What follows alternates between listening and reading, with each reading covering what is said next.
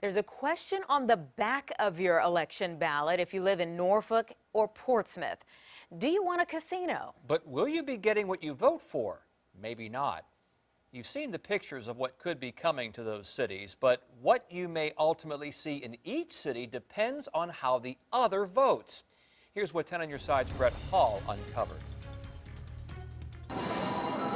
From the moment both cities indicated they'd be throwing the dice at the chance of developing a casino in their communities. This is our Amazon.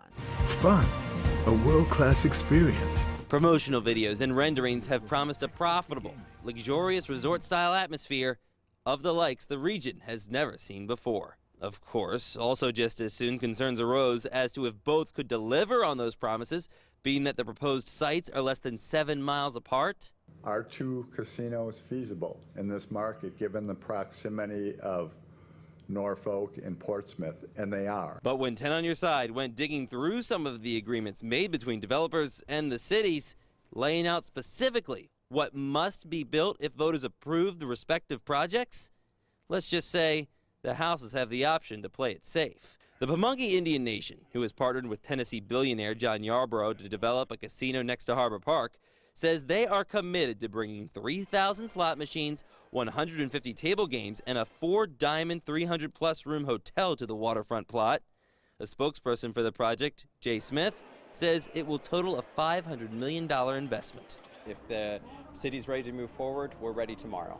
However, as part of the agreement to buy land, the tribe would face no penalty if they substantially downgraded those plans. The city's only holding the developers to 150 slots, 25 table games, and a 150-room hotel. That would make it just a little bit larger than Rosie's Gaming Emporium in Hampton, with a hotel comparable to the ones near the airport on Military Highway. Smith feels the larger investment is the one that will actually happen.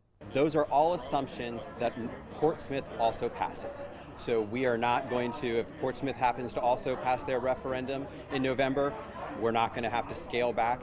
Rush Street Gaming also watching closely what happens in Norfolk, because in their deal with Portsmouth to build a $300 million resort casino off Victory Boulevard, language is included that will allow them to not build a hotel at all if Norfolk's casino opens and Portsmouth's gaming revenue isn't strong enough.